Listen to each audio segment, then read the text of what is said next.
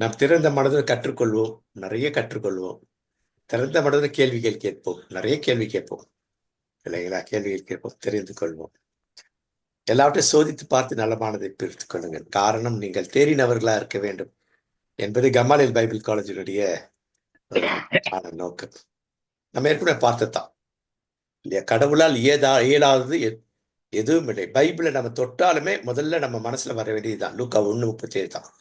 கடவுளால் முடியாதது கூடாதது ஒன்றுமில்லை. கடவுள் உடன்படிக்கையின் கடவுள். பழைய ஏற்பாடுல இஸ்ராயேல் மக்களோட உடன்படிக்கை செய்திருக்கார். புதிய ஏற்பாட்டின் காலத்திலேயும் இல்லையா, எல்லா மக்களுக்கும் விடுதலை என்ற ஒரு உடன்படிக்கை. அந்த உடன்படிக்கையில தொக்கி நிற்கிறது என்னன்னா, அவரை பின்பற்றுகிறவர், அவரை அடிச்சு ஒட்டி பின்பற்றுகிறவர்களுக்கு அவர் உடன்படிக்கையின் இயேசுவாக இருக்கிறார் அப்படின்றது. அப்ப இந்த 4 விஷயம் நம்ம இந்த வருஷம் ஃபுல்லா இதை படிக்க போறோம், கிட்டத்தட்ட படிப்போம்னு நினைக்கிறேன் இல்லையா? அப்போ எல்லாரும் நம்ம தெரிஞ்சு கொண்ட விஷயம் என்ன அப்படி பார்த்தா, இப்ப இந்த புதிய ஏற்பாட்டுல இல்லையா, நற்செய்தி பகுதியில பார்க்கும்போது இந்த 4 மையமா இருக்கு. கடவுளால் இயலாதது ஒன்றுமில்லை. இதுலயும் பைபிளை திறந்தாலுமே அதுதான். இந்த நற்செய்தி போல இந்த பகுதியை நம்ம பார்க்கும்பொழுது அவர் உடன்படிக்கை செய்கிற கடவுள், மக்களோடு கூட, அவரை நேசிக்கிறவர்கள் கூட, அவருடைய கூடாரத்தில் தங்கி இருப்பவர்கள் அப்படின்னா அவருடைய அடிச்சுவட்டை பின்பற்று. பழைய ஏற்பாட்டுல கூடாரம், புதிய ஏற்பாட்டுல இயேசுவின் அடிச்சுவட்டை பின்பற்றுகிறார் இல்லையா? அவர்களுக்கு இயேசு இல்லை, இயேசுவனுடைய புரிதல் நிறைய தெரியும். இயேசுவனுடைய இதய துடிப்பு. ஒரு பாட்டு, பழைய பாட்டு, டீனேஜ் பாட்டு. நான் அந்த கேட்ச் மிஷன்ல ஒரு தம்பி, இதய துடிப்பை புரிந்து கொள்ள யாரும் இல்லையே அப்படின்னு இயேசு பாடுற மாதிரி ஒரு பாட்டு. இயேசுவின் இதய துடிப்பை நாம் புரிந்து கொள்வோம், தெரிந்து கொள்வோம். எது நடந்தாலும் அவர் விருப்பப்படி ஆகட்டும். இந்த புதிய ஆண்டு கூட அப்படிதான் இருக்க போகுது இல்லையா? அப்ப இதுல முக்கியமான நோக்கம் என்ன? கடவுள் எதை எதிர்பார்க்கிறார் இல்லையா? நம்முடைய நிலை என்ன? இதான் அவருடைய இதய துடிப்பு. பின்னூட்டம் இப்படியாக நீங்க பின்னூட்டம் பண்ணி இன்னைக்கு 3ஆம் பகுதி பார்க்கிறோம். முடிந்தா 4ஆம் பகுதி பார்ப்போம். என்ன பண்ணணும், 3, 4, 2 போட்டிருக்கேன். போன முறை 2 பகுதியா பிரிச்சோம். ஒரே பாடம் தான், ஆனா ஒரே இது, ஆனா 2ஆ பிரிச்சுட்டோம். ஏன்னா புரியணுன்றதுக்காக. இந்த முறை 2 பேரை பார்க்கலான்னு யோசிச்சேன். ஒன்று மரியா, இன்னொன்று வந்துட்டு யோசேப்பு. ஆனா நீங்க மரியா மட்டும் பார்க்க வேண்டியிருக்கும், ஏன்னா கொஞ்சம் அடிஷனல் ஆட் பண்ணியிருக்கேன் இல்லையா? அதுக்கும் அப்ப மையம் என்ன? இயேசு. அடிப்படை பேஸ் என்ன? இயேசு இந்த மண்ணுலகிற்கு இயேசு கொடுக்கும்போது, குழந்தையா கொடுப்பதற்கு முன், கொடுத்த போது, கொடுத்த பிறகு, அல்லது இயேசு பிறகு முன், பிறப்பதற்கு, பிறந்த பின், பிறந்த போது, பிறந்த பின் இல்லையா? எதையெல்லாம் பயன்படுத்தினார், யாரையெல்லாம் பயன்படுத்தினார், எந்த இடங்களை பயன்படுத்தினார், என்ன மாதிரி சூழ்நிலை. அப்ப இந்த சூழ்நிலை வந்து ரொம்ப முக்கியம். ரொம்ப முதல்ல சூழ்நிலை தெரியாம நீங்க வந்து ஒரு திருமறை பகுதி எடுக்கவே எடுக்காதீங்க. நீங்க அது சூழ்நிலை தெரிஞ்சாதான் அந்த பகுதி சொல்லப்பட்டது என்னன்னு நம்ம புரிய வரும் இல்லையா? ஒரு நாளைக்கு அந்த சூழ்நிலை நம்ம தனியா பார்க்கலாம் கொஞ்சம், இன்னும் கொஞ்சம். ஏன்னா ரொம்ப முக்கியமான சூழல் சூழ்நிலை. சோ இன்றைய பாடம் என்ன அப்படின்னு சொல்லி பார்த்தா, மரியாவை அந்த இறை தூதர் சந்தித்த லூக்கா 1ஆம் அதிகாரம் 26, 27, 28 மையமானது. அப்ப சூழ்நிலை, சர்க்கம்ஸ்டன்ஸ் ரொம்ப முக்கியம். அதெல்லாம் வாக்குறுதி கடவுள் கொடுக்கிறாரா, இதை பார்க்கணும். வழி நடத்துது சார், முக்கிய நபர்கள் யார் யார், கடவுள் யாரையெல்லாம் பயன்படுத்தினார், இதெல்லாம் அப்ப சூழலை எப்படி பயன்படுத்தினார், வாக்குறுதி எப்படி பயன்படுத்தினார், வழி நடத்தல், கைடன்ஸ் இல்லையா? எப்படிப்பட்ட கைடன்ஸ், அதை வைத்து வழி நடத்தினார். முக்கிய நபர்கள் யார், நபர்களை வைத்து எப்படி வழி நடத்தினார். கடவுளுடைய உதவி எப்படி இருந்தது, மக்களுடைய உதவி எப்படி இருந்தது. குணநலன்கள் இல்லையா, அதுல வருகின்ற நபர்களுடைய குணாதிசயங்கள், குணநலன்கள்.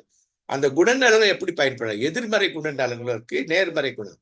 இதை எப்படி பயன்படுத்தி இந்த 6 வந்து நம்ம அது ஒரு பைபிளை நீங்க திறந்த உடனே இந்த 4 வந்துடும். இந்த 6 ஞாபகத்துக்கு வந்துட்டு எழுதி வச்சுக்கணும். ஒரு அட்டை மாதிரி எழுதி வச்சுக்கிட்டு எல்லா சூழலை பிரிச்சு நம்ம பண்ணணும். ஓகே.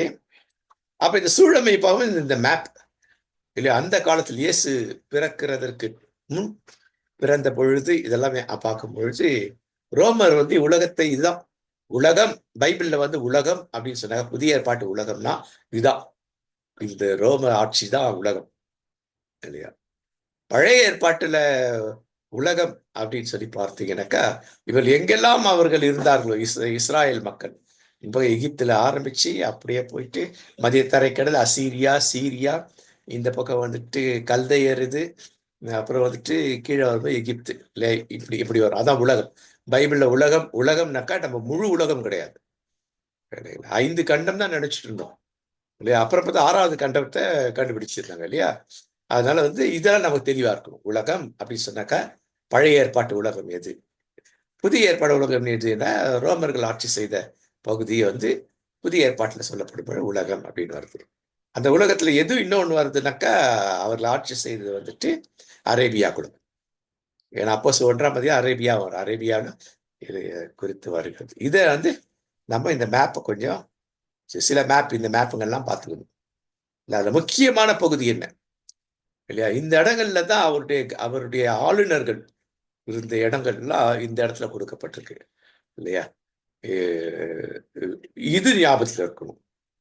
அலெக்சாண்டிரியால இல்ல எருசலேம் இல்ல அப்படின்ட்டு ஒவ்வொரு இடம். அப்ப அந்தியோக்கியால 2 அந்தியோக்கியா இருக்கு இல்லையா? ஒண்ணு மேல் அந்தியோக்கியா, இன்னொரு கீழ் அந்தியோக்கியா. அப்ப அந்தியோக்கியா எது? அப்போ எந்த இடத்து இயேசு பெரும்பாலும் அந்தியோக்கியா அந்தியோக்கியா அந்தியோக்கியான்னு சொல்றது எந்த அந்தியோக்கியாவை சொல்லுது அதை பார்க்கணும். அப்ப மேப் வந்து ரொம்ப முக்கிய சூழ்நிலைகள்ல.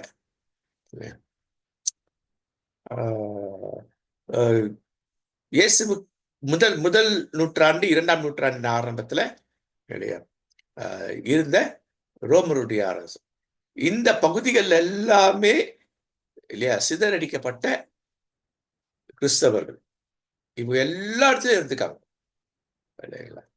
77 சிதறடிக்கப்பட்டாங்க இல்லைங்களா? அவங்க எல்லாரும் இந்த இடத்துல எல்லா இடத்துலயும் இவங்க இருந்திருக்காங்க. பிற்காலத்து யூதர்களை சிதறடிக்கப்பட்ட யூதர்களும் யூதர்கள் 70 சிதறடிக்கப்பட்டார்கள். அவர் சிதறடிக்கப்படும் பொழுது கிறிஸ்தவர்களும் சேர்ந்து சிதறடிக்கப்பட்டார்கள் அந்த நேரத்துல. அப்போ யூதர்களும் கிறிஸ்தவர்களும் வாழ்ற பகுதி இந்த பகுதியெல்லாம். இந்த பகுதியில எல்லாம் 2 நடந்தது. ஒண்ணு வந்துட்டு யூதர்களால் கிறிஸ்தவர்கள் துன்புறுத்தப்படுகிறார்கள். அதே போல ரோமர்களாலும் ரோமர்களால் யூதர்கள் துன்புறுத்தப்படுகிறார்கள். அடுத்தது யூதர்களால் கிறிஸ்தவர்கள் துன்புறுத்தப்படுகிறார்கள். அடுத்தது ரோமர்களால் கிறிஸ்தவர்கள் அப்ப துன்புறுத்தல் வந்துட்டு கிறிஸ்தவர்களுக்கு ரோமர்களாலும் நடந்தது, யூதர்களாலும் நடந்தது. அதே போல யூதர்களுக்கு பார்க்கும்போது ரோமர்களால் மட்டும்தான் அவர்களுக்கு துன்புறுத்தல், அதாவது ரத்த சாட்சிகள். அப்போ அவங்க கூட ரத்த சாட்சி நிறைய இருக்கு. அவங்க ரத்த சாட்சின்னு அரசியல் படியானது. எங்களுக்கு எப்படியோ பேசியா வந்துடுவாரு, உங்களை என்ன பண்றாரு பாருன்ட்டு அவங்க வந்து பழைய ஏற்பாட்டு அந்த அந்த உறுதியோட இருந்தாங்க. ஆனா கட்டளை கீழ்ப்படியாதனால அவங்க இந்த பிரச்சனை எல்லாம் வந்தது இல்லைங்களா? அப்ப இது ரொம்ப முக்கியம். சிரியாவின் ஆளுநர் தான், அவருடைய ஆளுகைக்குள் தான் கலிலேயாவும் இருந்தது யூத. அப்ப என்னன்னாக்க இந்த ஆளுநர் வந்துட்டு மேம்பட்ட ஆளுநர், உயர்நிலை ஆளுநர். இங்க 2 ஆளுநர்கள் இருந்தாங்க இல்லையா? 2 அரசர்களும் இருந்தாங்க. அப்போ சிரியா தான் இந்த பகுதியில சிரியாவின் ஆளுநருக்கு உட்பட்டதுதான் இதெல்லாம். இந்த கலிலேயா இருக்கட்டும், பெரியா இருக்கட்டும், யூதையா இருக்கட்டும், இதெல்லாம் இல்லைங்களா? அப்ப வந்துட்டு பலஸ்தீனம்ன்றது கலிலேயா, சமாரியா, யூதேயா, அடுத்தது பெரேயா இந்த பக்கத்துல பார்த்துட்டோம். இதுதான் அவர்களுடைய பலஸ்தீனத்தினுடைய பகுதி தான். தெக்கப்போலி கூட, தெக்கப்போலி அதுல இல்லையா? பிலிப்பி வந்துட்டு அங்க அந்த இடத்துல வந்துடும். அதுக்கு ஒரு தனி இருக்கும். இப்ப இந்த ஒவ்வொரு எல்லை கோடுகளையும் ஒவ்வொருத்தருக்கு வந்துட்டு அங்கங்க ஒரு அசிஸ்டன்ட் டாப் லீடர்ஸ் மாதிரி அரசாட்சி செஞ்சுட்டு இருந்தாங்க. இப்போ ரோம வரலாறு நம்ம ரொம்ப தனியா வாங்கி படிக்கணும். அப்பதான் பைபிள் நல்லா புரியும். பவுலுடைய கடிதங்கள்லாம் புரியணும்னா ரோம வரலாறு நம்ம வாங்கி படிக்கணும். அதெல்லாம் நம்ம கிட்ட வந்து ரோம வரலாறு இருக்கும், தமிழ்லயே இருக்குது இல்லைங்களா? அதை வாங்கி படிக்கணும், அதை வச்சுக்கணும். அப்போ நமக்கு இதெல்லாம் வந்து புதிய ஏற்பாட்டு. அடுத்த போன முறை பார்த்தோம் மையமா. அப்ப இதுதான் இது வந்துட்டு இயேசு கிறிஸ்துவின் காலத்தில், இயேசு கிறிஸ்து பிறப்பதற்கு முன், பிறந்த போது, பிறந்த பின், அதன் பிறகு அவருடைய ஊழிய காலங்கள், இதெல்லாமே இதுக்குள்ள வரும். இந்த மேப்குள்ள வர்றது இதெல்லாம் அப்போ இந்த மேப் வந்து நம்ம ரொம்ப முக்கியம். பைபிள் பின்னாடி இருக்க மேப் மட்டும் எப்பவுமே சுத்தமாவே இருக்கும். ஏன்னா அதை யாரை பிரிச்சு பார்க்க வேண்டும். பைபிளை எல்லா பக்கமும் பெரும்பாலும் அழுக்கா இருக்கும். யூஸ் பண்ணி மேப் பக்கம் மட்டும் அழுக்காகவே ஆகாது, புதுசா இருக்கும். அப்ப மேப் ரொம்ப ஏன் மேப் அப்படின்னாக்கா, நம்ம பிள்ளைகளுக்கோ இல்லை நம்ம திருச்சபைக்கோ சொல்லும்போது இது உண்மை, இது சரித்திரபூர்வமானது என்பதை நிரூபிக்கிறதுக்கு இது ரொம்ப முக்கியம். அதான் இந்த மேப் எல்லாம் முக்கியம். இப்ப சூழமைவு அப்படின்னு சொல்லி பார்க்க பொழுது இல்லையா, கொஞ்சம் கஷ்டமா இருக்கு இது. நான் இன்னொரு கொஞ்சம் எளிமைப்படுத்தியே சொல்றேன். அப்ப யாரெல்லாம் அப்படி செஞ்சாங்க? ஏரோது இல்லையா, ஏரோது ஆர்கெலாஸ். இவர் எப்போ? இயேசு கிறிஸ்துக்கு முன் 23, இயேசு கிறிஸ்துவின் 18. அப்போ இந்த ஆர்கெலா என்ன பண்ணாருனாக்கா ரொம்ப தந்திரமா, அவர் என்ன பண்ணாக்கா, யூதர்கள் வாழ்கின்ற பகுதியையோ அவங்களுக்கே என்ன பண்றான், பார் நான் உங்க ஆளு, உங்களுக்கு பார் கோயில் கட்டி கொடுத்துருக்கிறேன் பார், எருசலேம் கோயிலை கட்டி கொடுத்துருக்க பார் அப்படின்னு. சமாரியாவுக்கு போயிட்டு நீ அவளை பத்திலாம் கொலைப்படாத, நான் உனக்கு என்னென்ன வேணும், ரோடு போடணுமா, இது போடணுமா, நான் பண்றேன். ஏன்னா அப்போ வந்துட்டு என்னன்னாக்கா அங்க வந்து உள்நாட்டு கலவரங்கள் நிறைய ஏற்பட்டது. யாரால் ஏற்பட்டதுனாக்கா இந்த யூத தீவிரவாதிகளால, இல்லைங்களா? யூத தீவிரவாதிகள் இருக்கிறதுனால வேண்டி இவருடைய அரசாட்சியை காப்பாத்திக்கணும். அவங்கள அடக்கல அப்படின்னு சொன்னாக்கா, அமைதல் இல்லை அப்படின்னு சொன்னாக்கா, சீசர் என்ன பண்ணுவாரு, இவரை ஆட்சியில் தூக்கி அடிச்சிடுவார். அதனால என்ன பண்றாருனாக்கா அங்க வந்து ஒரு மாதிரி அடக்குமுறையும், இந்த இடத்துல என்னன்னாக்கா இவங்களை வந்து அமைதிப்படுத்த, இதை செய்யற அதை செய்யற அப்படின்னு சொல்லிட்டு அவங்கள அமைதிப்படுத்துறதுக்கு. அப்ப அவங்க இருக்க சொன்னாக்க, ஏரோது யாருனாக்கா ஒரு தேசபக்தர், நம்ம பகுதிக்கு அவர் முக்கியத்துவமா இருக்கிறாருன்னு சொல்லிட்டு சமாரியர்கள் சொல்லுவாங்க, இல்லைங்களா?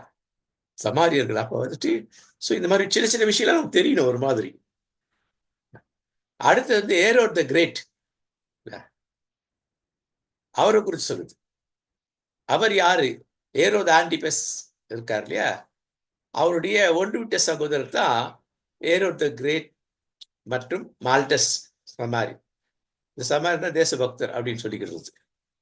அப்ப 4ஆம் நூற்றாண்டுல ஏரோட் கிரேட் செத்துறார். எப்போ? இயேசு குழந்தையா இருந்த பொழுது. 4ஆம் நூற்றாண்டு இல்லையா? 4ஆம் நூற்றாண்டு சாரி கிமு 4ஆம் நூற்றாண்டு. கிமு 4ஆம் செஞ்சுரியா, 4ஆம் ஆண்டு. சாரி 4ஆம் ஆண்டு. தேங்க்யூ ஐயா, தேங்க்யூ. கிமு 4. இருந்தாலும் நான் கொஞ்சம் இதை கொஞ்சம் எளிமைப்படுத்துறேன். ஏன்னா எனக்கு திடீர்னு இதை கொஞ்சம் ஆட் பண்ணேன் இன்னைக்கு, எனக்கு தெரியணுன்றதுக்காக ஆட் பண்ணதுனால இதுவா எடுத்திருக்கு. கிறிஸ்துக்கு முன்னாடி 4ஆம் வருஷத்துல ஏரோது கிரேட் இல்லையா, அவர் அந்த நாளிலிருந்து ஆரம்பித்து இல்லையா அவர் இறக்கிறார் இல்லையா. அப்ப அங்க என்ன நடக்குதுனாக்கா, அர்கலாஸ் அவருடைய மகன், அவர் தான் மக்களை வழி நடத்துறார். அவருடைய மகன் யார்? அப்போ மகன்கள் 2 பேர் இருக்காங்க. அந்த 2 மகன்கள் யார்? அப்ப அவர்கள் எங்க இருந்தாங்க? அப்ப இயேசுடைய காலத்துல யார் அங்க இருந்தாது? இயேசுடைய அந்த 33ஆம் ஆண்டுல யார் இருந்தது தெரியும். அப்போ ஒரு பிராந்தியத்தை அவங்க பிள்ளைகள் 2 பேர் எப்படி அந்த பக்கம் பிரிச்சுக்கிட்டு அங்க 2ஆ பிரிச்சுக்கிட்டு அவங்க ஆளுகை செய்தார்கள். இன்னும் கொஞ்சம் தெளிவா நான் சொல்றேன். நான் கொஞ்சம் கஷ்டமா தான் இருக்கும், ஆனா கொஞ்சம் அடிக்கடி நீங்க இந்த வீடியோ கேட்டீங்கன்னா உங்களுக்கு ரொம்ப யூஸ்ஃபுல்லா இருக்கும். இன்னும் கொஞ்சம் எளிமைப்படுத்தி நான் உங்களுக்கு கொடுக்குறேன் இல்லையா. அடுத்து குயிரினியஸ் அப்படின்ற ஒரு ஒரு ஒரு ஒரு ஒரு ஒரு ஒரு இந்த இந்த யாரு யாரு நம்ம இவரை சொல்லுவோமே, RN ரவி. அவர் யாரு? RN ரவி யாரு? கவர்னர். அது வரமாட்டேங்குது தொண்டை. ஆளுநர். ஆளுநர் கவர்னர். இவர் தான் டாப் கவர்னர். மற்றவங்க அடுத்த நிலை கவர்னர்ஸ் மற்றவங்க எல்லாம், இல்லைங்களா? அப்போ இவர் தான் என்ன பண்றாருனாக்கா, மக்கள் தொகை கணக்கெடுப்புக்கு இவர் தான் என்ன பண்றாருன்னா பெரிய ஆர்டர் போடுறாரு ஆன் பிஹாஃப் ஆஃப்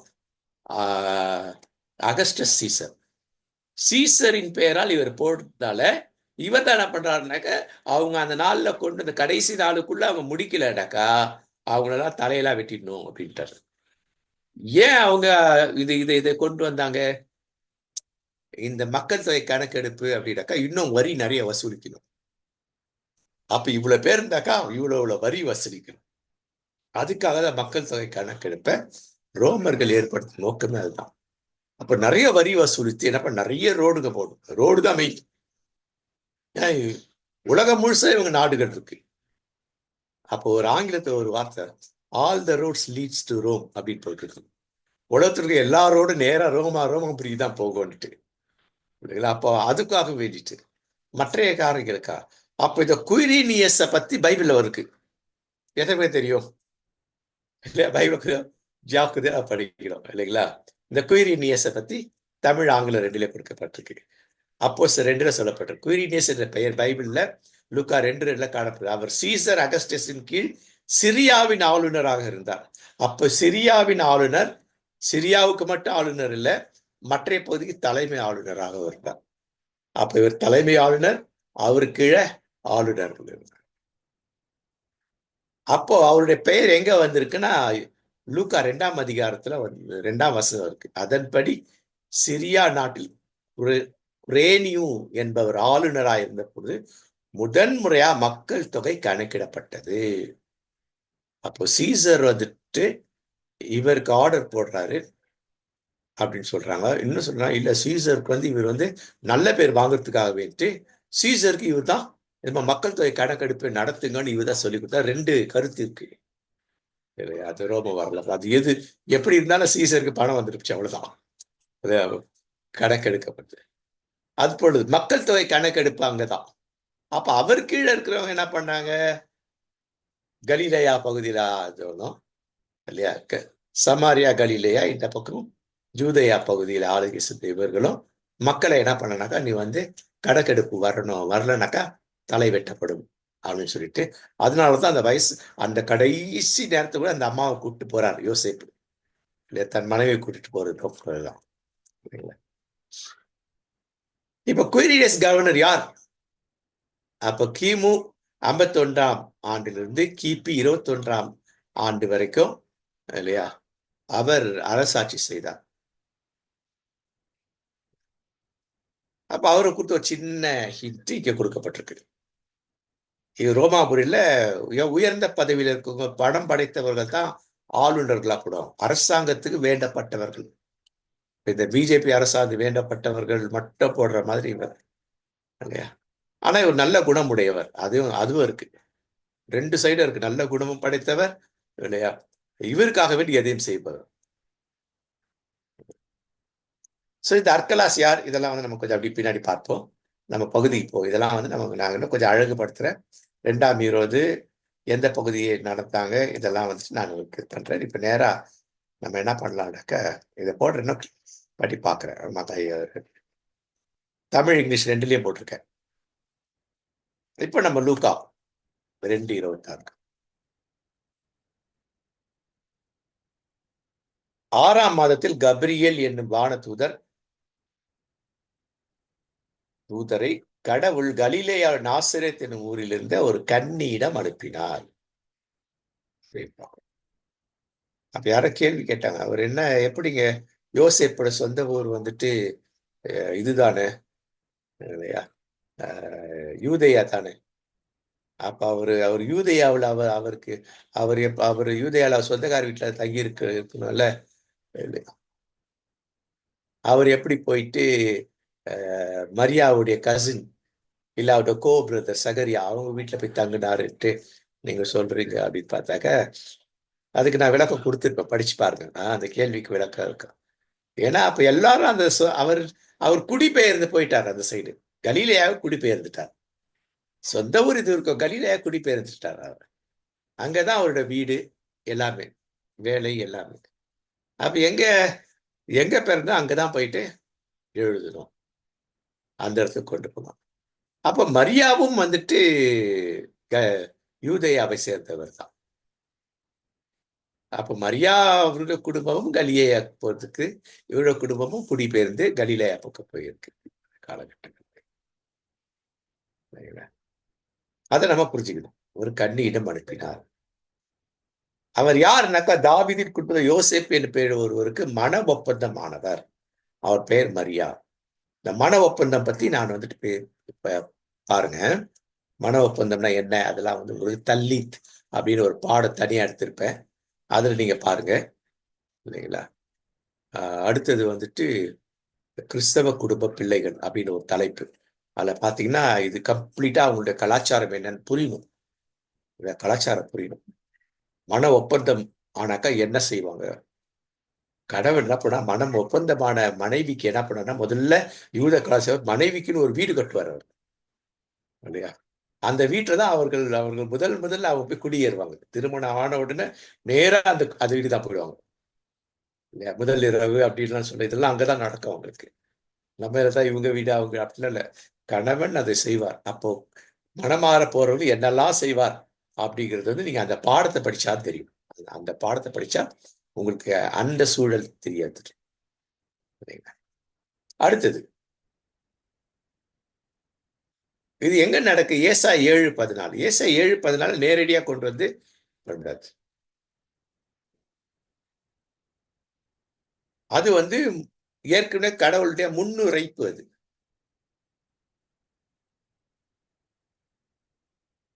அப்போ இந்த அம்மாவுடைய வாழ்வு வந்து ஒரு மாதிரி போயிட்டு இருக்குது. நம்ம கடவுள் பக்தி உள்ளவர், நம்முடைய கணவரை பக்தி உள்ளவர், நான் நேர்மையாளர், இவர் நேர்மையாளர். இவங்களுக்கு குணாசிரியம் ஏற்கனவே நம்ம இதுல பார்த்திருப்போம். சகரியாவும் நேர்மையாளர், அவர் மனைவி எலிசபெத் நேர்மையாளர். அப்ப ரொம்ப சந்தோஷம். அப்ப நம்ம கடவுள் பக்தி உள்ளவங்க இல்லையா, நம்ம கடவுள் நம்ம நல்லா ஆசீர்வதிப்பார், நல்ல கணவன் அப்படின்னு சொல்லிட்டு அவர் அப்படிதான் இது பண்ணியிருப்பார். பக்தி உள்ள ஒரு பெண் அப்படின்னு சொல்லிட்டு அவங்க வாழ்வு வந்து ஒரு ஒரு சுகமான ஒரு வாழ்வு அவங்க எதிர்நோக்கி இருக்கிறாங்க. ஆனா அது ஒரு இடி விழுந்த மாதிரி ஒரு சூழல். கடவுள் சூழல்களை பயன்படுத்துகிறார். நம்முடைய சூழல் எதிர்மறையா இருந்தாலும் சரி, நம்ம பிளான் பண்ணிருப்போம். உன் வழிகள் என் வழிகள் அல்ல, என் நினைவுகள் உன் நினைவுகளும் அல்ல அப்படின்னு சொல்றதுக்கு வந்து முக்கியமான வசனம். அது கிறிஸ்தவர்கள் கண்டிப்பாக பின்பற்ற மனதில பதிய வைத்துக் கொண்ட வசனம். ஏசாயா சொல்றார். அப்ப மேரி இந்திய திட்டம் எல்லாம் தவிடுபொடியாவது. இதேதான் அடுத்த பாடம் நம்ம படிக்க போறோம். யோசேப்பின் திட்டமெல்லாம், திருமண வாழ்வு, குடும்ப வாழ்வு திட்டமெல்லாம் தவிடு பொறியாது இல்லையா. என்றாலும் அவர் வாழ்க்கை எப்படி மாற்றியது? இல்ல சுக்கு நூறா உடைஞ்சு குப்பையில போச்சா, இல்ல கடவுளுக்கு உகந்த ஒரு பெரிய காரியத்தை சாதிக்கிறதுக்கு இது பயன்பட்டதா? அதை நாம பார்க்கணும். அப்ப இங்க ஏசாயால பார்க்கிற அந்த இது, உங்களுக்கு ஒரு அடையாளத்தை தருவார். யூதர்கள் அடையாளத்தை தருவார்கள், கிரேக்கர்கள் அறிவை தருவார். ஞானம் அல்ல, அறிவை தருவார். இதோ கருவுற்றிருக்கும் அந்த இளம் பெண் ஒரு ஆண் மகவை பெற. இதுதான் வந்துட்டு பழைய ஏற்பாட்டுல ஒரு பிரச்சனை. இது முன்னறிவிப்பாதான், இது பொருத்தல அப்படின்னு பெரும்பாலானவங்க சொல்றாங்க. ஏன்னா இதான் சரியான மொழிபெயர்ப்பு, எதிரே மொழிபெயர்ப்பு. உங்களுக்கு அடையாளம் தருவார். இதோ கருவிட்டிருக்கும் அந்த இளம் பெண்ணு தான் சொல்லியிருக்க தவிர கன்னி பெண்ணுட்டு இல்லாங்க. புரியுதுங்களா? பழைய ஏற்பாட்டு பக்கம் ரொம்ப ரொம்ப போகாதீங்க. நல்லா ஃபர்ஸ்ட் புதிய ஏற்பாடு தரவானதுக்கு பிறகு பழைய ஏற்பாடு போகன்னு சொல்லுவேன். ஆனா இது எடுத்துக்கொள்ளலாம். ஆனா அங்க இந்த பிரச்சனை கொஞ்சம் இருக்கு. இப்ப எங்களை போல பழைய ஏற்பாட்டுல பெரிய ஆட்களுக்கே இதெல்லாம் ஒரு பெரிய பிரச்சனைகள். இதை விலைக்கு சொல்லணும் நிறைய இருக்கு இதெல்லாம். பட் அதை எடுத்துக்கொள்ளலாம். ஏனென்றால் அங்கே சொல்லப்பட்ட அடுத்த வரி முக்கியம் இல்லையா. அந்த இளம்பெண் ஒரு ஆண் மகவை பெற்றெடுப்பார், அக்குழந்தைக்கு அவள் இம்மானுவேல் என்று பெயரிடுவார் அப்படின்ட்டு. ஆனா அங்க இம்மானுவேல் பேருக்கு இயேசுன்னு தான் பெயரிட்டார். அப்ப இங்க இம்மானுவேல் என்று சொன்னால் இயேசு நம்ம கூட தான் இருக்கிறார். உலகத்தின் முடிவு வரை உங்களோடு இருக்கிறேன், இம்மானுவேலா இருக்கிறேன், மத்தேயு 28:20 இல்லைங்களா. ஆனா இங்க அவங்க என்ன பண்றாங்க, இந்த இம்மானுவேலை அவங்க எப்படி புரிஞ்சுக்கிட்டாங்க அப்படின்னாக்கா, மேசியா கடைசியில் நம்ம கூட தான் இருப்பாரு இல்லையா. அவர் வந்து ஒரு பெண்ணுக்கு பிறப்பார். ஒரு பெண் ஆண் மகவை பெற்றெடுப்பார். எல்லாம் அப்படிதான் இருக்காங்க. ஆனா அந்த பெண் பெற்றெடுக்கும் ஆண் மகவு வித்தியாசமானது. மேசியா அப்படிங்கிற கோணத்துல அவருடைய நம்பிக்கை. சரிங்களா? அப்ப இதை நாம் எப்படி எடுத்துக்கொள்ள முடியும் அப்படின்னு சொல்லி பார்த்தாக்கா, அடுத்த 2 வரி தான், கடைசி 2 வரி. இளம்பெண் ஒரு ஆண்மகை பெற்றெடுப்பார், அந்த ஆண்மகவுக்கு அவள் இம்மானுவேல் என்று பெயரிடுவார் அப்படின்னு சொல்லிட்டு. யார்? பெண் தான் பேரிடுவாள் அப்படின்னு சொல்லிட்டு. சரிங்களா? அங்க யார் பேரிடுகிறார்? இயேசுன்னு. அப்போ வசனங்களை படிக்கும் பொழுது, வார்த்தையை படிக்கும்போது ஜாக்கிரதையா நிறுத்தி நிதானமா, அதான் சொன்ன, ஒரு செய்தியை, சண்டே செய்தி ஆயத்தப்படுத்தணும்னாக்கா ராத்திரி எல்லாம் போராடுறது இல்லை. ஒரு வாரம் அதை யோசிக்கணும். அதை எழுதி வச்சுட்டு உட்காந்து அப்பப்போ படிக்கணும். அங்க என்ன சொல்லுது, இங்க என்ன சொல்லுது, இல்லையா? ஒரு எபிரே ஓரளவுக்கு தெரிஞ்சுதாக்கா அதுல என்ன சொல்லுது, ஸ்ட்ராங் கன்கார்டன்ஸ் என்ன சொல்லுது, இல்லையா? இதெல்லாம் கொஞ்சம் தெரிஞ்சு வச்சுக்கிறது நல்லது. ரொம்ப கன்ஃபியூஷன் ஆகாதீங்க இதை வச்சுட்டு பார்த்துட்டு, இல்லையா? அது எது ரொம்ப நெருக்கமா இருக்குது அப்படின்னு பார்த்தாக்கா, இம்மானுவேல் என்று பெயர். அப்போ புதிய ஏற்பாட்டின் இம்மானுவேல் யாருன்னா, என்றென்றை கூட இருப்பவர், விண்ணரசுக்கு அழைத்து செல்வதெல்லாம் கூட இருப்பவர். ஆனால் இந்த இவர் சொல்ற இம்மானுவேல் என்கின்ற அந்த மேசியா யார் அப்படின்னு சொல்லிட்டா, இந்த உலகத்தை சுத்தமாக்குவார். உலகத்துல எல்லாரும் முதல்ல கிறிஸ்தவன்லாம் அடிச்சிடுவார், அழிச்சிட்டு அப்புறம் இஸ்லாமியர் அழிப்பார், அப்புறம் பிறையினத்தார் அழிப்பார், உலகம் சுத்தமாயிடும். இந்த உலகத்தை அப்படியே யூதர்களை கொடுத்துருவார், கூடவே இருப்பார். இதான் யூதர்களின் நம்பிக்கை, இல்லையா? இம்மானுவேல் வரவுனாக்காதான். ஆனா அவர் அப்படி அல்ல, அதில் அழிக்கிறவர் அல்ல, ஆக்குகிறவர், மற்றவற்றில் இருக்கிற பாவத்தை அழிக்கிறவர். அவன் இப்பேற்பட்ட ஒரு விஷயத்த, இல்லையா, அவர் சொல்றார்.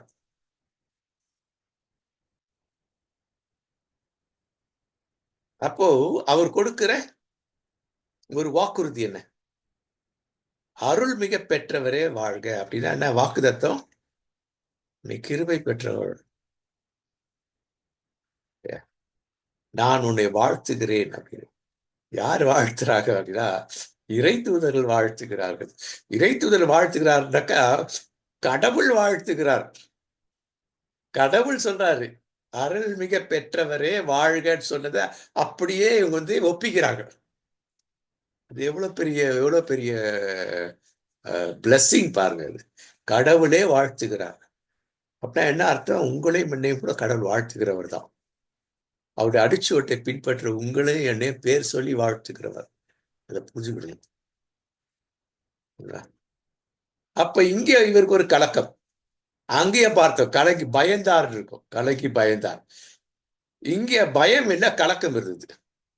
ஏன் அப்படி சொன்னாக்கா, கடவுள் என்ன வாழ்கன்னு சொல்லிட்டாரு, இல்லையா? அவங்களுக்கு புரியல. அந்த ஏன்னா டீனேஜ் வயசு, இல்லையா? அதனால அவங்க ஒரு கலக்கம். அது வந்து இறை தூதர்கள் வருவார்கள், நம்ம படிச்சிருப்பாங்க, கேட்டிருப்பாங்க எல்லாம். ஆனா நம்ம கிட்ட வந்திருக்கிறாங்களேன்னும் போது அவங்களுக்கு என்ன பண்ண, கையும் ஓடல, காலும் ஓடிக்காது, மைண்டும் ஒர்க் பண்ணி இருக்காது. ஏன்னா ரொம்ப சின்ன வயசு, டீனேஜ் பிள்ளை, ஒரு 15-16 வயசு பிள்ளை அந்த பிள்ளை, இல்லையா? ஏன்னா யூத முறைப்படி அந்த வயசுக்கு திருமணம் முடிப்பார்கள். அதான் நீங்க அதை படிச்சீங்கன்னா உங்களுக்கு தெரியும். அந்த இதுல ஆணுக்கு எத்தனை வயசுல கல்யாணம் பண்ணுவாங்க, பெண் எத்தனை வயசுல கல்யாணம் பண்ணுவாங்க, அதெல்லாம் நான் பார்ப்போங்க. அப்பதான் இவங்க என்ன பண்ற, கலக்கத்துல இவங்க சொன்னது என்ன ஒண்ணுமே புரியலையேன்னு இருக்காங்க. இந்த வாழ்த்து எத்தகையதோன்னு பாசிட்டிவா நெகட்டிவா அந்த ஆங்கிள் இந்த வசந்த் எடுக்கக்கூடாது, இல்லையா? இவங்க சொல்றது எனக்கு ஒண்ணுமே புரியல, கடவுள் என்ன வாழ்த்த வந்துட்டாரு, இல்லையா? அந்த அளவுக்கு நான் தகுதி உள்ளவளா? ஏன்னா அவங்க இருதயத்துல தியானிக்கிறவர்னா அதெல்லாம் ரொம்ப யோசிக்கிறவங்களா இருப்பாங்க அந்த அம்மா. அப்ப அந்த அளவுக்கு நான் தகுதி இருக்குதா எனக்கு அப்படின்ட்டு அவங்களுக்கு ஒரு கலக்கம். இல்ல அவங்க ஏதாவது தகுதியற்ற தன்மையான யோசிச்சிருப்பாங்க, ஐயோ நான் இது கடவுளுக்கு இது பிடிக்காத ஒரு விஷயமாச்சே, இல்லையா? சோ இவைகள் இதை வந்து நம்ம யோசிக்கணும். இதை தான் நம்ம மக்களுக்கு சொல்லிக் கொடுக்கணும். உனக்கு கலக்கம் இருக்குதா, அந்த கலக்கம் எப்பேற்பட்ட கலக்கம் அப்படின்ட்டு,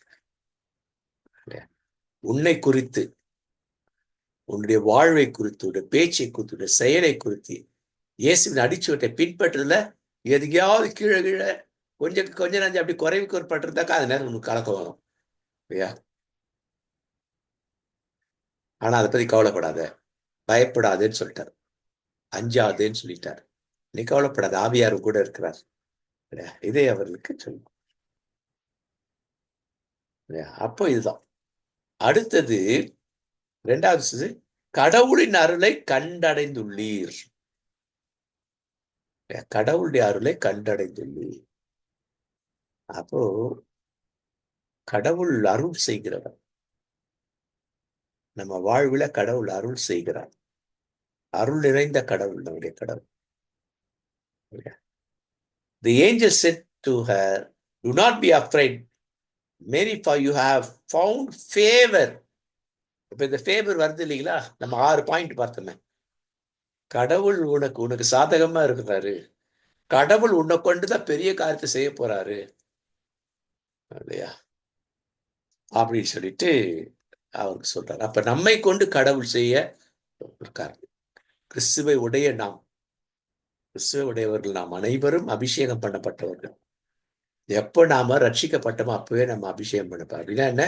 அபிஷேகம்னா என்ன அர்த்தம்? அந்த பாடம் ஒன்று இருக்கும். அதை போறோம் அனாயிண்டிங்னு ஒரு பாடம் இருக்கு. அதை படிச்சு பெரிய பாடம். தனி அனுபவம் கிடையாது அபிஷேகம்ன்றது. அந்த பாடத்தை படிச்சுதான் பிடிச்சது. அபிஷேகம், அக்னி அபிஷேகம், இதெல்லாம் அப்படின்னா என்ன? வேறு பிரித்து பயன்படுத்துதல். அப்ப யாரெல்லாம் வேறு பிரித்து பயன்படுத்தினார் கடவுள்? பழைய ஏற்பாடுல பார்த்தீங்கன்னாக்கா தலைவர்களை வேறு பிரித்து பயன்படுத்தினார். மோசே, இந்த மாதிரி மோசே தீர்க்கதரிசிகளும் வருவார். காலேப், இவங்களாம் இந்த மாதிரி தலைவர்களை வேறு பிரித்து இல்லையா பயன்படுத்த. வேறு பிரித்தார் என்று சொன்னால், அபிஷேகம் சொன்னால் என்னன்னாக்கா நீ இந்த வேலையை தான் செய்யணும். கடவுள் அல்ல வேறு பிரித்து தனக்காக பயன்படுத்துகிறார். தனக்காக வேலை செய்து, அதுக்குதான் அபிஷேகம். எதுக்கு அபிஷேகம்னா அவருக்காக வேலை செய்து அபிஷேகம். மற்றொரு முன் காண்பிப்பதற்காக இவர் இஸ்ரேல் ஜனங்களுக்கு தலைவர், இவர் ஆசாரியர், வேறு பிரித்து ஆசாரியர். அவள ராஜா, இவர் தான் ராஜா. என் மக்களை என் சார்பாக இவர் ஆளுகை செய்வார். இவர் தான் இறைவாக்குனர், தீர்க்கதரிசி. அவரை வேறு பிரித்து எனக்காக இவருக்கு பயிற்சி செய்வார். புதிய ஏற்பாடு காலத்துல மீட்பு பெற்ற அனைவருமே அபிஷேகம் பண்ணப்பட்டார்கள். நாம் அனைவரும் வேறு பிரிக்கப்பட்டு கடவுளுக்காக பணி செய்கிறவர்கள், இறை பணி செய்கிறவர்கள். மத்தேயு 28, 18, 19, 20 அதுதான். அது அந்த பாடத்தை படிங்க, தயவு செஞ்சு படிங்க இல்லையா. திரும்பியா நான் குரூப்ல அதை எடுத்து போடுறோம். அதை இல்லையா, அது உங்களுக்கு யூஸ்ஃபுல்லா இருக்கும். நேரம் ஆயிடுச்சு. ஓகே, அப்ப அங்க என்ன சொல்றார்? அங்க ஒரு வாக்குறுதியை கொடுக்கிறார். அவருக்கு இயேசு என்று பெயரிடுவீர் அப்படின்னு சொல்லிட்டார். அப்ப இயேசு என்றால் யார்? பெரியவர் அப்படின்னா என்ன? உயர்ந்தவர், மேலானவர் அப்படின்னு அர்த்தம். மேலானவர், மேன்மை மிகுந்தவர் இல்ல, உலகத்துல எல்லாவற்றுக்கும் மேலானவர் அவர். அதான் அர்த்தம். பெரியவர் என்று சொன்னால் மேலானவர். அடுத்தது உன்னத கடவுளின் மகன். அடுத்தது அவருடைய தந்தையாகிய தாவீது. இங்க கொஞ்சம் பிரச்சனை இருக்கும். இப்பவா நான் பிறகு பார்ப்போம் அதை. ஆனா தாவீதுன்னு சொன்னது இயேசு எப்படி கொண்டு வருதுன்னு அதை நம்ம இன்னொரு நாள் பார்க்கலாம் அது இல்லையா. அப்ப இங்க எதை சொல்றாரு அப்படின்னு சொல்லி பார்த்தா, தாவீதின் அரியணையை ஆண்டவராய் கடவுளுக்கு அளிப்பார்னாக்கா முதல்ல யூதர்கள் இயேசு வழியாக மீட்பு பெறுவார்கள். அதன் பிறகு யூதர் அல்லாதவர்களும் மீட்பு பெறுவார். முதல் நற்செய்தி யூதருக்கு தான் கொடுக்கப்படும். அப்போஸ்தலர் 2 இல்லைங்களா, மிக பெரும்பாலும். அப்ப யூதர்களுக்கு தான், நான் யூதர்களுக்காக வந்தேன்றார். அந்த அம்மா கேட்கிறாங்கல்ல, பிற இனத்தை சேர்ந்த அந்த சகோதரி, நாய்க்குட்டிகள் தின்னும் இல்லையா, நான் உனக்கு என்ன, நான் யூதர்களுக்கு தான் வந்தேன் இல்லைங்களா. அந்த இடத்துல சொல்றாரு. அது ரொம்ப அழகான பாடம். ஏற்கனவே நம்ம எடுத்திருக்கோம் அந்த பாடத்தை. அப்ப அவர் என்ன பண்றாரு? அவர் யாக்கோபின் குடும்பத்தின் மீது என்றென்றும் அரசாட்சி செலுத்துவார். அவருடைய ஆட்சிக்கு முடிவே இராது. இதெல்லாம் வாக்குறுதி, கடவுள் கொடுத்த வாக்குறுதிகள் இல்லையா. அடுத்தது என்ன? அதற்கு மரியா வாழத்துதனும். இது எப்படி நிகழும்?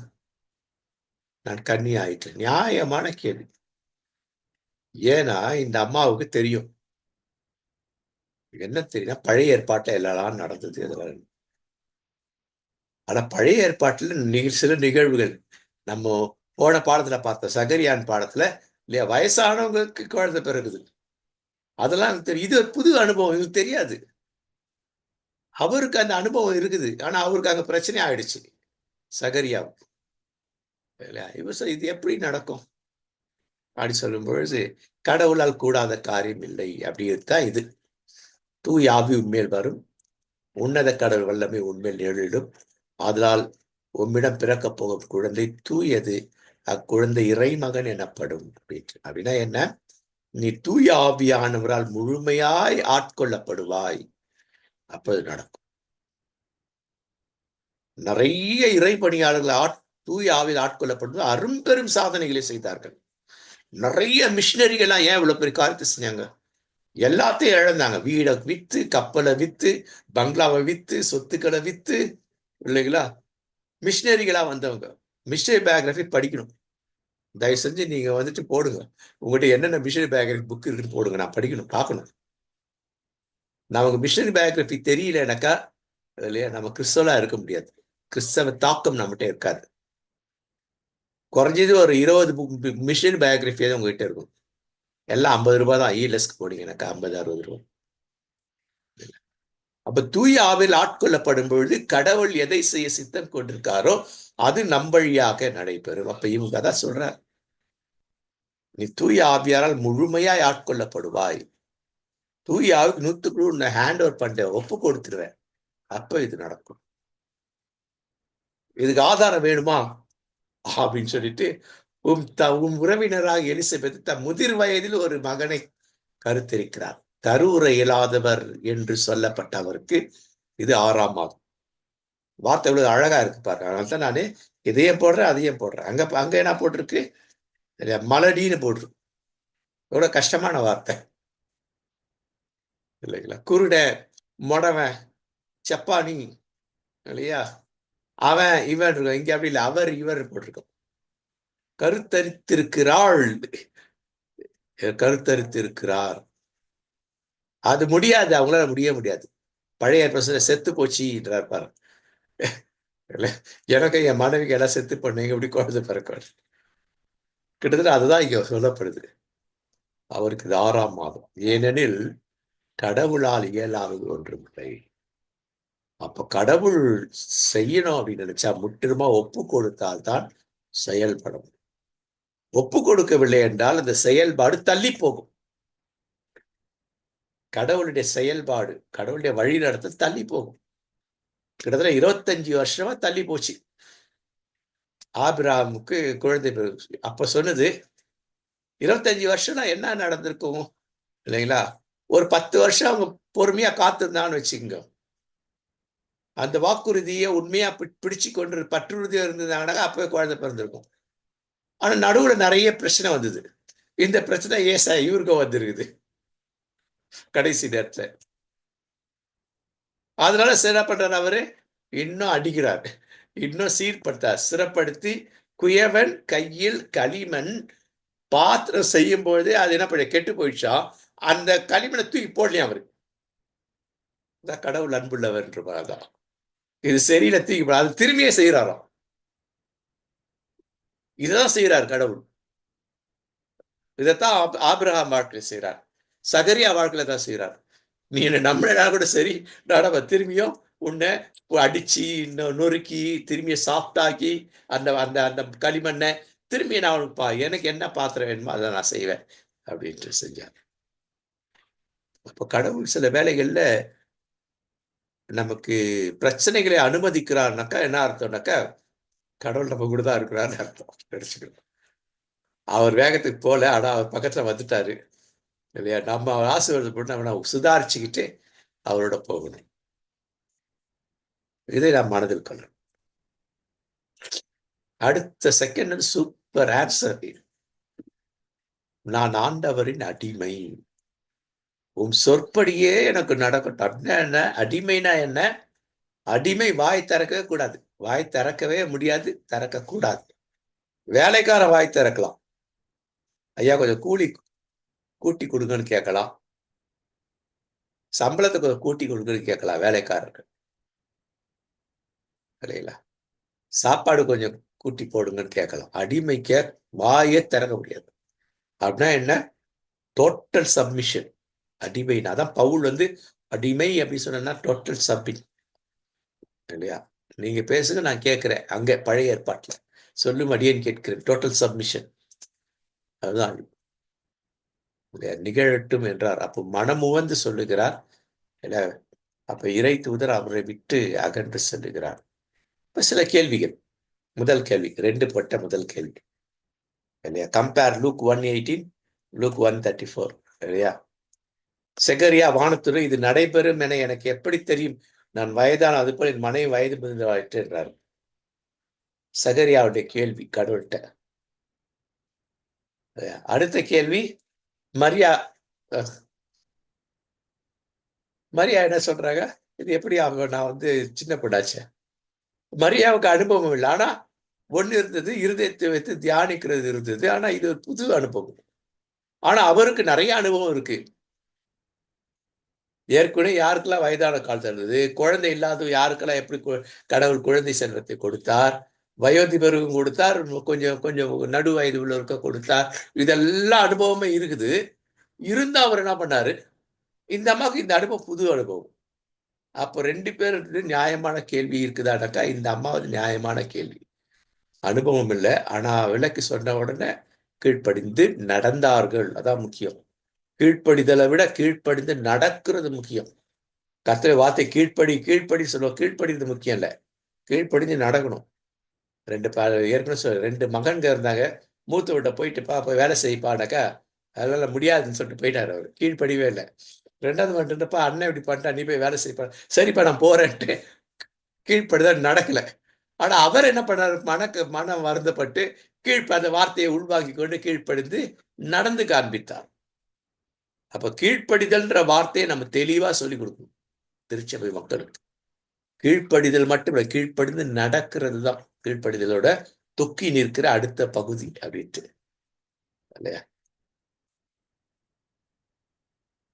அடுத்தது ஒரே கேள்வி. அந்த கேள்வி எப்படி இந்த 2 பேர்ட்டையும் அப்படின்னு பார்த்தா, அனுபவம் வாய்ந்த, ஆன்மீக அனுபவம் நிறைந்த தனக்குடைய அனுபவம், தோரா நெவிம் கெத்துவிம், யூதட தூய புத்தகம், நம்ம சொல்ல பழைய ஏற்பாடு இல்லையா இல்லையா? அந்த புத்தகத்தின் வாயிலாக நிறைய அனுபவத்தை பெற்றிருந்த அவருக்கு பற்றுறுதி குறைவு இருந்தது. ஆனால் அவருக்கு அந்த அனுபவம் இந்த அம்மாவுக்கு இப்பதான் அவருக்கு கிட்டத்தட்ட 80 வயசுக்கு மேல இருக்கு. எவ்வளவு அனுபவம்! இவங்க ஒரு 16 வயசு, 15, 16 வயசு இவங்க அனுபவம். ஆனா இந்த அனுபவத்துல அவங்க என்ன பண்றாங்க? பற்றுறுதி கொண்டிருக்கிறார். நம்பிக்கை. ஏன் என்று சொன்னால் இல்லையா, கடவுளுக்கு முற்றிலுமாக அர்ப்பணித்தல். எது நடந்தாலும் அர்ப்பணித்து விடுதல் இல்லையா? அப்ப அந்த அர்ப்பணிப்பு, அந்த பற்றுறுதியை பத்தி தான் நம்ம இங்க பார்த்தோம். மார்க் 18 என் மீது நம்பிக்கை கொண்ட சிறிய இவ்விதமாக இந்த சிறியரில் ஒருவரையும் அற்பமாக எண்ணி விடாதீர்கள் அப்படின்னு சொல்றாரு. அடுத்த வரி இன்னொரு விளக்கம். அது இவர்களுடைய இறை தூதர்கள் அப்படின்னு ஒண்ணு வரும். அது வேறொரு பகுதி. அப்படின்னா என்ன? பற்றுறுதி, என் மீது பற்றுறுதி கொண்டுள்ளவர்கள் சிறியவர்களை போல பற்றுறுதி கொண்டவர்கள். அவளை அற்பமா நினைக்காதீங்க. அப்ப இந்த பெண் நான் அற்பமானவள் அல்ல அப்படின்னு நம்முடைய வாழ்க்கையில் எதை என்ன பண்ணுவோம்? திரும்பி அந்த வாசல் அப்படியே யோசிப்போம். அப்ப இறை தூதர் அவர் சொன்னதெல்லாம் என்ன? அது சின்ன பிள்ளைதான், ரொம்ப அழகா தெளிவா விளக்குறாரு. நமக்கும் பலமுறை விளக்கி இருக்காருல்ல இல்லையா? அப்ப இந்த விளங்குதல் முக்கியம். அப்ப இந்த வசனங்கள் நம்ம ஏற்கனவே போன முறை பார்த்தது தான். இந்த கேள்விக்கு நமக்கு விடைக்காக இந்த வசனங்கள். அடுத்த ஒரு கேள்வி, கடவுள் என்ன சொன்னார் பிறகு? தூய ஆவியானவரால் ஆட்கொள்ளப்படுவீர் என்பதை அவனுக்கு விலைக்கு சொல்லணும். 35ஆம் வசனத்தை சொல்லும் பொழுது தூய ஆட்கொள்ளப்படும். ஏன்னா கடவுளால் கூடாது ஒண்ணு இல்லை. தூய ஆவியுடைய நிழலிடும் அப்படின்றது சரியான மொழிபெயர்ப்பு இல்லை. அதுலயே மொழிபெயர்ப்பு இல்லை, இது சரியான மொழிபெயர்ப்பு இல்லை. ஆங்கிலத்தில் சரியான மொழிபெயர்ப்பு இல்லை அது இல்லையா? அப்ப அது வேற மாதிரி கோணத்துல வாலிப பிள்ளைகள் வேற மாதிரி யோசிச்சிருவாங்க. கடவுளுடைய கண்ட்ரோலுக்கு நீ ஒண்ணு விட்டுட்டீனாக்கா கடவுள் எதையும் செய்வார். தானியேல் கடவுளுடைய கண்ட்ரோல் விட்டார். சிங்கத்தின் வாயை கட்டி போட்டார்ல, அப்படி அர்த்தம் இல்ல. சிங்கத்துக்கு பசி இல்லாம போட்டார். அவள் தான் அளவுக்கு அதிகமா சிங்கம் சாப்பிட்டுச்சுன்னா ஆகும். எதிர்தான், அதை பத்தி கவலைப்படாதது. வசனங்களை அப்படி விளக்கணும் நம்ம. அதுதான் பழைய புதிய ஏற்பாட்டுல போகும்போது தான் இந்த மாதிரி விளக்கங்கள் பழைய ஏற்பாட்டுக்கு நம்ம கொடுக்க முடியும். கடவுளால் கூடாத காரியம் ஒண்ணு இல்லைன்னா அகோர பசியில இருக்கும் சிங்கம். ஏன்னா அந்த வரலாறு எடுத்து பார்க்கும் பொழுது சிங்கங்கள் என்ன பண்ணணும்னாக்கா, எதனா கொடுக்கணும்னாக்கா ஒரு 2-3 நாளைக்கு சாப்பாடு கொடுக்க மாட்டாங்க. அகோர பசி இருக்கும். ஆனா அகோர பசியில அது நல்லா ஃபுல்லா சாப்பிட்டு இல்லையா, தொண்டை வரைக்கும் சாப்பாடு இருக்கு அதுக்கு. இல்ல கொஞ்சம் இருந்தாக்கா வாய் வழியா வெளில வந்து அந்த அளவுக்கு இருக்கிறதுனால கடவுள் அப்படியாக செய்தால் கடவுளால் கூடாத காரியம் ஒன்றும் இல்லை இல்லையா. அப்போ அவர் எப்பேற்பட்ட ஒரு கடவுளை நான் கொடுக்க போகிறேன், எப்பேற்பட்ட ஒரு மகவை நீ பெற்றெடுக்க போகிறாய். அப்போ இது தெரிஞ்சோடனே இந்த அம்மா இயேசு அந்த 33 வருஷ காலம் மரணம் வரைக்கும் எப்படிலாம் அவங்க மனசை நினைச்சிட்டு எப்படியெல்லாம் அவங்க பண்ணிட்டு இருப்பாங்க. அது தனி ஸ்டடி இல்லைங்களா. இவள் எப்படி தன்னுடைய மகனை சாக கொடுக்குறது அப்படி இப்படி இருந்தாங்க. அதே போல எலிசபெத் திருமுழுக்கு யோவான் சாக கொடுக்குற அவங்க மனநிலை எப்படிலாம் இருந்திருக்கும், அது ஒரு தனி ஸ்டடி. அது போகும். அப்ப திரும்பி பழையது காபிரியேலுடைய வரவு என்பது அவர்கள் வாழ்வில் வந்து சுக்கு நீரா உடைச்சி போடுறது இல்லை இல்லையா, அதை சீர்படுத்துறது. இந்த பாத்திரத்தை இல்லையா, இத வேறொரு காரியத்துக்காக பயன்படுத்துறது. அம்மா நீ வந்து உன் பயன்பாடு உன் கணவனோடு கூட நீ சந்தோஷமா இருப்ப, குழந்தைங்களோட பெற்றுக்கிட்டு நல்லா ஜாலியா இருப்ப கல்யாணம். ஆனா கல்யாணம் ஜாலியா இருக்கு, கல்யாணத்துக்கு முன்னாடி குழந்தை பிறக்கிறதுக்கு முன்னாடி ஜாலியா இல்லாத சூழல்லாம் வந்துருச்சு. ஆனா அவங்க என்ன பண்ண, எல்லாம் நன்மைக்கு, அதான் கடவுள் நல்லவர், மிகவும் நல்லவர் அப்படின்னு சொல்லுது இல்லைங்களா. அப்ப கடவுளை முழுமையா நம்புதல், கடவுளுக்கு தன்னை முழுமையா அர்ப்பணித்தல். அப்ப அரும்பெரும் செயல் கடவுள் நம்மை கொண்டு செய்ய போகிறார்னா இதுதான். நான் அப்படிதான் யோசிப்பேன். கிட்டத்தட்ட 50 வருஷமா என்னை பயன்படுத்துறார் ஊழியத்துல. ஒரு 76 வருஷத்தை கொடுத்து அதுல ஒரு 50 வருஷம் ஊழியப்படுத்துறாருன்னா, நான் நினைக்கிறேன்னாக்கா முடிஞ்ச அளவுக்கு நான் அவர் பற்றுறுதி 100க்கு 100 இல்லை இருந்தாலும் அந்த கொஞ்சம் பற்றுறுதியை வச்சு கடவுள் எனக்கு எனக்கு எனக்கு எவ்வளவு பெரிய காரியத்தை செய்யறார். அப்ப நமக்கெல்லாம் எவ்வளோ காரியத்தை செய்ய இருக்கிறார். கொஞ்சம் இருக்கும் பொழுது அப்ப அந்த பற்றுறுதியில நம்ம என்ன வளரணும், விசுவாசத்தில் வளரணும், விசுவாச வளர்ச்சி தான். அப்ப அது எப்படி எடை போடணும்னாக்கா, கடவுள் என்னையும் ஒரு பொருட்டா இருந்து இவ்வளவு விசுவாசம் உள்ள என்ன கூட எடுத்து இந்த மாதிரி பயன்படுத்துறாரு, எவ்வளவு தூரம் பயன்படுத்துறாரு.